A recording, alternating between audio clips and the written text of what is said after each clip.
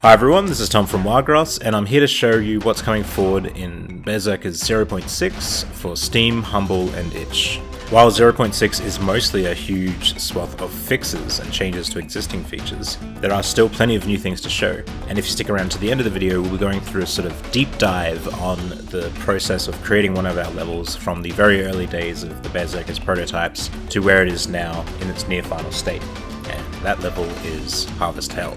It's worth noting, of course, that as most of the changes are fixes, you're only going to be seeing a few highlights here, and the full list of changes will be available in text form on either on Steam or Itch or Humble's update section. And to start with, let's jump straight into Gauntlet.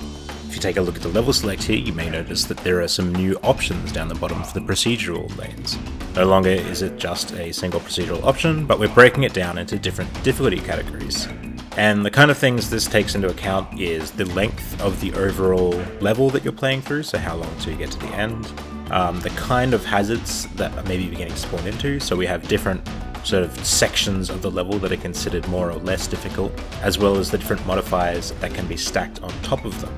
So, the kind of things which can be stacked on is previously we had some levels which were dark and you had this firefly mechanic, where you would need one player to be carrying the light or guiding the others forward, so everyone sort of has to stick together.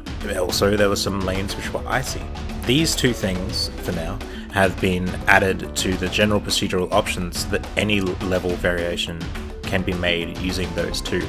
Either one or the other, or both at the same time, or even taking away those things from lanes that were previously built around that mechanic, and we're looking forward to how people react to that when they're playing that themselves. Also, in this version, there is some updated art for the time bubble for Gauntlet, so that it looks much nicer while you're struggling to stay alive moving through these harder variants of Gauntlet. It's worth noting here that a lot of this Gauntlet art you're seeing is still very placeholder.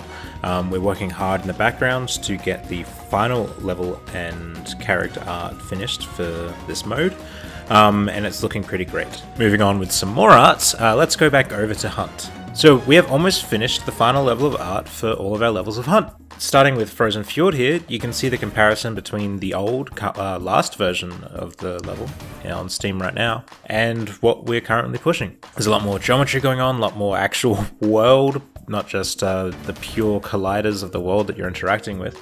This is not the final version. We in fact have like an even more complete version currently, ready for the next push, but it's really showing the direction that the level is going to go in. Now, as I mentioned in the beginning, we're going to be taking a look at Harvest Hell and how it's gone from this to this. Harvest Hell actually started its design in around 2014 as a mostly unrelated map called Quarry, which you can see here. It's very dark for some reason.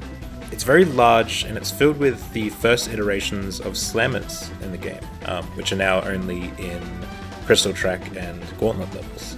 Because of its largeness, which was a problem with most of the early maps in our game, we were sort of looking for an area that we could focus on and hone down, so we picked this central bottom bit and began working from there. In the next iteration of it, we started to add the grinders.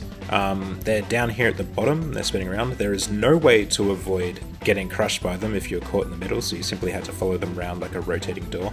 And they're sort of out of the way. They're down the bottom, so you can actually avoid them for most of the game. Like, there was really no reason to go down there. It was just very bad for you if you did, so people would just play around the top. So moving on to the next iteration of Quarry, you begin to see the closest version to the current Harvest Hell before we really went through and rethought its design. It's now up in the middle, it's got that big moving door alongside it. It's still got the grinders that will crush you no matter where you are in the middle. And that's still quite large, with the grinder actually taking up a fairly small amount of that space. It still quite wasn't working out because, as you can see, there's a lot of ways to get around the grind at the bottom, and top areas still have a lot of space. So we sort of went back to the drawing board before we began tweaking this existing design, and I'm going to start showing the iterations in between that last version. And you can see each of these different stages sort of tweaking the flow and shape of each of these levels, trying to constrict it down to a more manageable, more fun size where people are interacting with each other more, until eventually we get down to filing off the top area so that you do have to funnel down towards the middle, and shrinking down the sizes of the different lanes that you're sort of locked off from the rest of the map before you can flow into other parts of it. If The last sort of change that went along here is on the sides. We sort of smoothed out those long D-pad shaped things which are now gardens, so you would be less likely to be caught on those as you're trying to move around them. And here are some iterations as well of the art as we sort of honed into the final state of where it's at right now, with a neat little farm with a out of control harvester sort of spinning around, chewing up that hay. And this is the kind of process that effectively all of our maps went through. We probably do a look at the broader game at some point around release, where we take a look at all the massive degrees and swings of changes that have gone through over the years of this massive process of getting this game done. But for now, I thought it was just nice to take a little look at this one particular level and the work that's gone into it from all of our team members over the years. And that's about it. I invite you all to, of course, check out the actual update on whatever platform you've got it on, and also the patch notes, which will be available on the Steam announcements or on Humble or Itch in their appropriate sections.